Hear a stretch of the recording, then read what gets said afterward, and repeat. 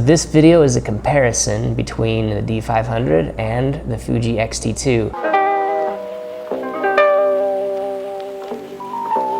Anyone who's followed me for any degree of time will know that I like APS-C cameras. That's really what I like to review and play with. But after doing comparisons or reviews of the Canon M5, the Sony A6500, and the Fuji X-t2, my current favorite is still the X-t2, although I do really love both the M5 and the A6500 for various reasons. X-t2 just happens to be the one that works best for my style of shooting, and I enjoy shooting it. So it's still the winner. Today, on a recommendation of a friend who some of you may remember, he's been on the show before, Daniel Eubank. He recently sold his X-t2 in favor of the Nikon D500. And that came as a big surprise to me because both of us really loved the X-t2 and talked about it pretty regularly. When he sold it and got one of these, it was surprising. So he recommended we do a review of it, and so that's what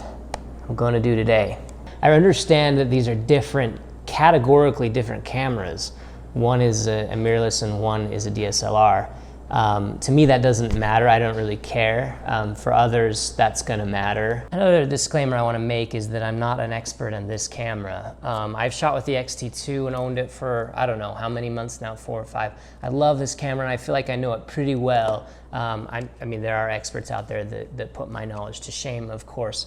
But this camera is new to me and I've only had it for a couple days and a couple of shoots. So if I have misinformation, please correct me, and I will put that in the description. So I would encourage you to, if you've watched this video, to go back and look in the description also. I'll update that with anything I get wrong or anything I learned that's interesting, because people always teach me in those comments, and I really appreciate that. I will add it there. Special thanks to borrowlenses.com for sending us this and letting us shoot with it for the weekend. That was really cool, guys. They're not a sponsor of this channel, and we don't get kickbacks, but we do have discount codes in the description to save you some money if you want to use them. So let's talk about these two guys. Very first thing, pricing. You're gonna spend more for the D500. I won't give you the prices because they're different by area. Just know that right now the D500 is $400 more than the X-t2. Body only. For lenses, it just depends on your budget, what you need to shoot. I'd say Nikon lenses, the top end, you're going to spend a lot more than Fuji top end lenses, but that's a different subject for a different time. The lenses I have on these cameras here now are the portrait lenses I could find that were the most comparable. I just got the Sigma 50-1.4, and then I've got the 56-1.2 on the Fuji, and mostly I'm going to do portraiture. So let's talk about the most important thing first, and that's the imagery. These portraits are straight out of camera with the exact same settings in JPEG. No fancy presets on the X-t2. These next shots come from a real shoot that Danae and I did. Since she was on the X-t2 and I was on the Nikon D500, and we were out to really try to get good photos, we didn't stop or take the time to match our settings. But I still think comparing these photos is interesting, so I share them here for that reason.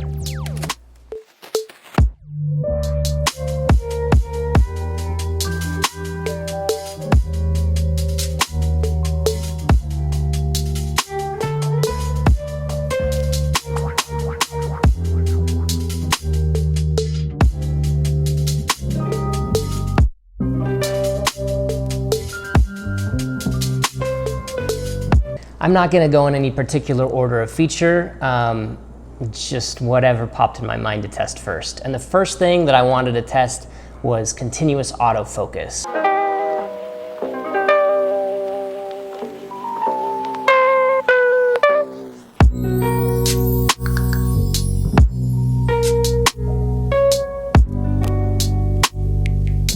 This is essential for dog photography on the beach.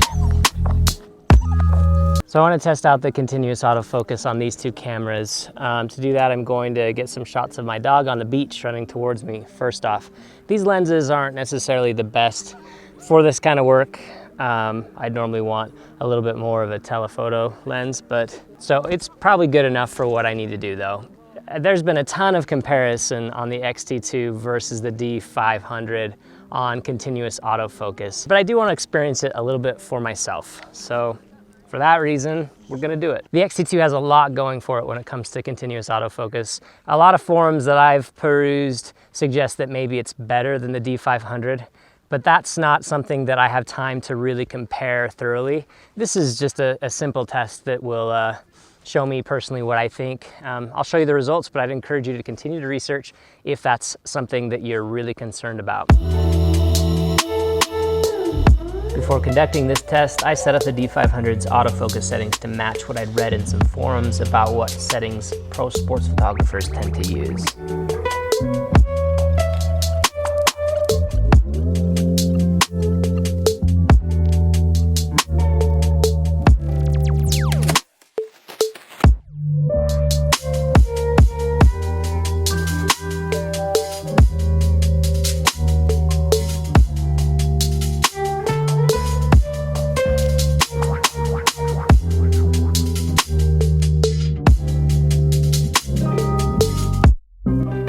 In these limited tests, however, it did seem to me that the X-t2 came out with more in-focus frames, but that could easily say as much about these non-sports portrait lenses as it could about the bodies.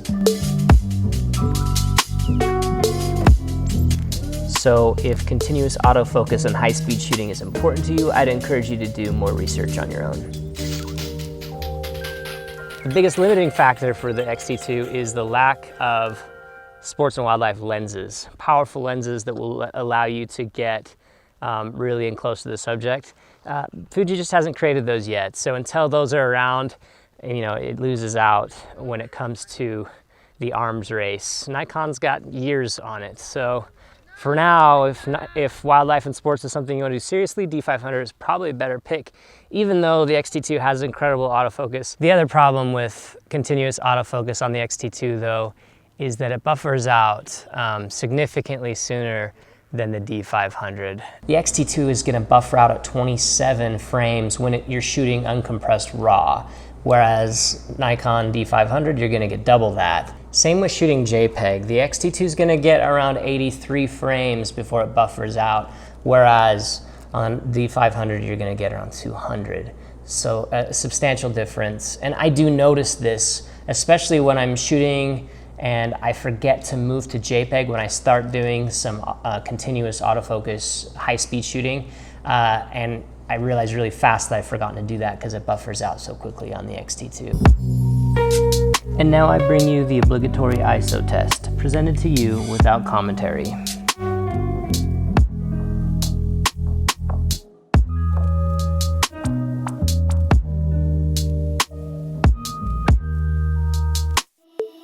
Setting up face tracking on the D500 was confusing. I'm sure for those who shot Nikon for a long time, it's second nature. For somebody who's just looking to do it for the first time, you know, I had to consult the manual. I know, you should do that anyway. But you know, with the X-t2, I never had to. Pretty easy to set up. With Nikon, you've got, you know, the button here, the turning here. To set up face tracking, you've got to go into the menu to make sure that's on. Whereas with the X-t2, you know, you can do that right here in the menu, the quick menu, which is nice. So you won't see a huge difference in this footage, but I will say that from the portrait photos I took of my children over the next hour using both bodies and continuous autofocus with face detection, I got a lot more keepers out of the X-t2. But I don't know how much of this can be attributed to the performance of the Sigma Art lens rather than the D500. One thing I love about the D500 that you don't get with the X-t2, and pardon me while I turn these lights down low, and by low I mean off. With the D500, you can illuminate the buttons with just a flip of a switch on the on-off button, which is rad. For those of us who shoot in low light, that's a clear advantage over the X-t2, where you can't really see any of the buttons or dials when it's really dark. and that has slowed me up before. So point in favor for the D500. The D500 has a touchscreen. It's hard for me not to compare the touchscreen here to the Canon M5's touchscreen, which I fell in love with for reasons you can see in my Canon M5 video. But after that, you know, this touchscreen just didn't quite cut it for me, although, you know, sometimes that really comes in handy over the, you know, the joystick on the X-t2.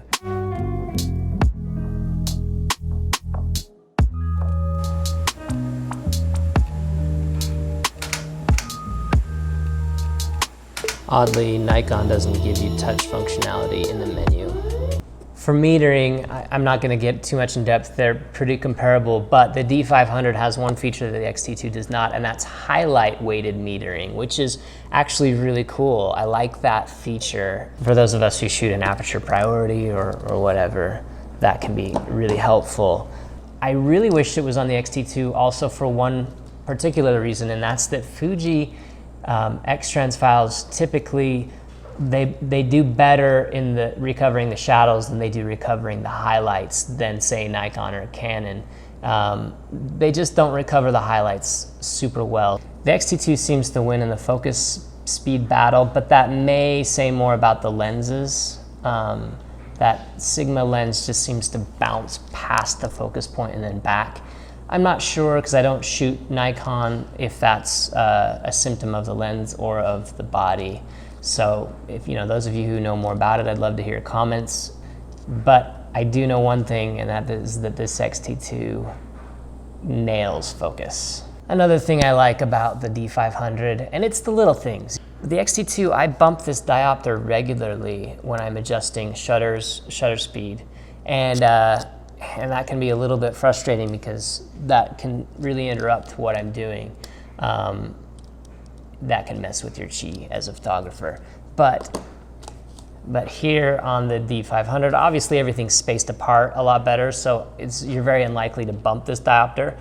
But in addition to that, it locks, which is, you know, might be hard for someone to figure out if they're trying to adjust it the first time, but when you know about it, it can save you from messing up your settings. So that's a nice little touch. Battery life. I mean, obviously the DSLR is gonna win. So if that's important to you, another point in favor of the D500. In general, by the way, maybe this is just because I'm super superficial, but shutter sound is important to me. There's something satisfying about certain shutters, while other shutters make you feel like the camera's just broken. And so I'm gonna play for you the shutter sounds of both of these cameras.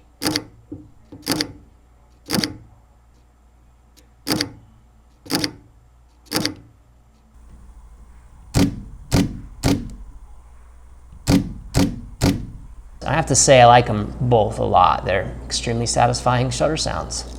I know, it's not important to a lot of people. I really like silent shutters. I think they're pretty important for both street photography and for wedding photography. And the X-t2's electronic shutter is awesome, unless you've got artificial lighting, and then it's got some serious, what's that called? Aside from that, I mean, if you need a silent shutter, this is gonna give you a completely silent shutter, and it's awesome. This thing, it has a quiet mode. You're not gonna get a silent shutter out of this. There's some frustrating things about the live view for me. If I'm not shooting video, I don't understand why the settings aren't just exactly the same when I switch from live view from viewfinder view. To me, that's frustrating. Now, it is cool when you move into video that they've got their own special settings. That's awesome. I really wish the X-t2 did that, because when I'm shooting both video and stills, going back and forth is a pain. To go back and forth from 250 shutter speed to 60th, which I do all the time, in addition to moving back and forth between video, this dial here for video, and single or you know, high speed, whatever. I wish there was a faster way to do that. The D500 gives you that, and that's really cool. But I wish that the live view stills mode matched the same settings. I don't know why it doesn't. They tell you to switch off the mirror so that you don't get any light leaks when shooting in live mode. I would never remember to do that. The D500 also gives you, almost focus peaking, they give you some zebra stripes in live view mode, which is kind of cool if you happen to like to adapt and do a lot of manual. Obviously it's meant mostly for video, but I don't know why they don't make it available in the stills mode also. That zebra striping could really come in handy. Obviously you're not gonna get the striping through the mirror, but might as well put it in the live viewfinder.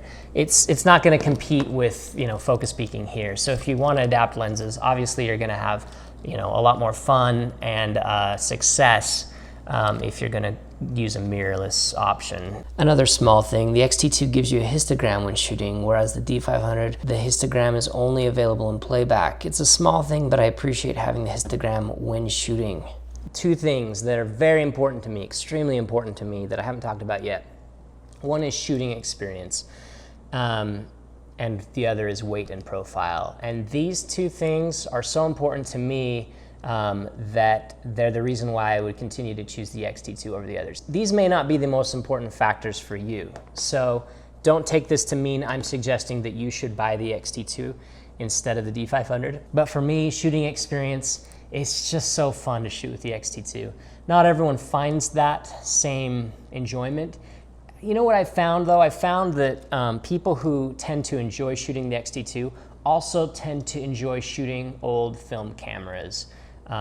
There's just something there that's similar enough that they enjoy that. And me, I love shooting film cameras. I like to enjoy the process of making and creating the image as much as I do the image in the end. Not everyone else feels that way. They feel like the body is just a tool, and there's nothing wrong with that. I just enjoy the journey as much as the outcome. So for me, the tool needs to be enjoyable, and I find the X-t2 to be more enjoyable to shoot with. So I waited to the end to talk about this because to me it's probably the deal breaker, the thing that's the most important to me. Now this is not probably going to be the most important thing to you or to all of you, so take that with a grain of salt. But for me, weight is huge. I really don't like big cameras. That's why I chose APS-C in the first place. And when I received the D500, I was really surprised how large it was. It was a lot bigger than I was hoping and expected, honestly. Now, it's not the heaviest camera in the world, but the lenses will be, because if you want good lenses for the D500, you have to have full frame lenses, which are huge and heavy. They just are. And to me, that's unfortunate that they don't have really, really solid lenses that can compete with Fuji's lenses for the DX size sensors. You get a lot of waste if you never plan to go bigger, if you never plan to upgrade to the D5, for instance. If you're just gonna stick with APS-C, that's a clear not advantage to the D500. Whereas with Fuji, you can count on extremely good glass designed specifically for APS-C sized body. This is just too much for me. It's just right past the edge of where I would not enjoy shooting this for 5 or 6 hours at a wedding. And I know wedding photographers for years and for years on into the future will continue to shoot with large cameras and will be fine with that. For me, I'm not. I prefer going around with this all day. And that's the other reason why I don't attach any vertical viewfinders to these, because again, I want small profile for street photography, for wedding photography, and just for life. If I'm out with like kids, I just want the smallest camera on me that will still afford me incredible image quality, and that's what I get out of the X-t2. Would I have any problem shooting with this? Absolutely not. It's an incredible camera, and many aspects of it I feel like are better than the X-t2. But the people who are gonna benefit the most from choosing the D500 are gonna be your sports and wildlife shooters, for sure. The X-t2's not gonna give you the room to grow with this system that the D500 will. A lot of people in wedding feel like you have to have a full frame. I don't agree with that. I don't think you do, but many do. You'll have to decide that for yourself. If you do, maybe the D500 is a good choice, because eventually you can upgrade to the D5 when you've got the shekels to spend. So something to consider. With the Fuji system, I mean, this is as high as you're gonna get. You're not gonna get a full frame. Those are my thoughts. People tend to get really religious about gear, and especially when they feel like their decision has been threatened or that I'm questioning a decision that they made. I apologize if anything I've said offends you. I hope that we can all be grown-ups about it and realize that it doesn't matter what you shoot, it matters the images you create and how well you know what you choose to shoot. Those matter a lot more. There's a few things though I'm not covering in this video because of time and just because of lack of interest. One of those be the 4K video. I don't shoot in 4K video. Video's not as important to me. If it is to you, you might look into that a little bit more, how much you crop with 4K. And in addition to that, on sensor phase detection, you're gonna get that with the X-t2. You're not gonna get that with the D500, which has contrast autofocus only on the sensor. So look that up, research that if that's important to you. I also didn't really talk about the megapixel difference, 24-ish, 20-ish. I didn't talk about bracketing and how you do that with two cameras. I didn't talk about the differences between the JPEG output because I don't shoot JPEG. But you know, if that's important to you, if you do want to shoot JPEG, I would definitely research that because the X-t2 has some features there that are interesting. Again, I'm not talking about DSLR versus mirrorless a whole lot. If that's a different debate that's been debated forever and will continue to be debated, and I don't care enough to debate it. These both have vertical grips, and in the X-t2's case, the vertical grip adds some speed boosting. As I mentioned earlier, weight is an issue for me, and profile. I'm never gonna put a vertical grip on a camera. I'm just not gonna do it. If that's important to you, I'd encourage you to do more research. I also didn't talk about the dual card slots a whole lot. They both have it, which is good. I think that's essential if you're a wedding shooter, personally. Well, that's it. That's all I really wanted to talk about for these two bodies. If I missed something that was important to you, please let me know. If I got anything wrong, I'd love to hear about it. Or if you just want to chat, I'm always looking at those comments. So thank you for watching. I did really enjoy this experience. I enjoyed shooting with the D500. As always, I like the X-t2. And I wish you luck in your buying decisions and in all of your shooting. Thanks.